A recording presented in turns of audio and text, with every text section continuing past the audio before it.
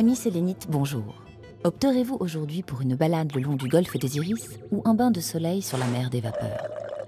50 ans après le premier petit pas pour l'homme, les promesses de colonisation et de voyages touristiques sur la Lune n'ont rien perdu de leur majesté. Mais notre satellite est-il prêt à nous accueillir? Longtemps, la réponse fut non. Non et encore non, car le corps céleste est sec et archi-sec, regrettait-on alors. Mais depuis que le précieux H2O a été repéré sur l'astre, tout est devenu possible.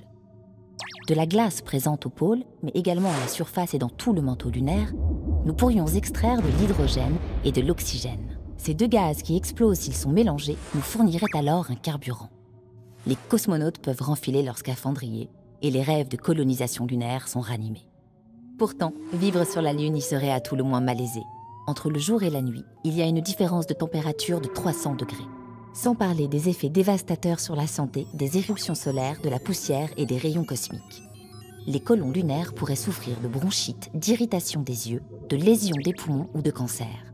Pour s'en protéger, certains imaginent s'établir dans ces gigantesques tunnels de lave, d'autres songent à envoyer des dômes gonflables pour construire un village lunaire permanent, habité tant par des robots que par des cosmonautes. L'Agence spatiale européenne s'y verrait bien dès 2030. Habiter la Lune avec pour seul but de contempler la beauté des nuits au clair de terre? Nous n'espérons pas tant voir et admirer qu'écouter.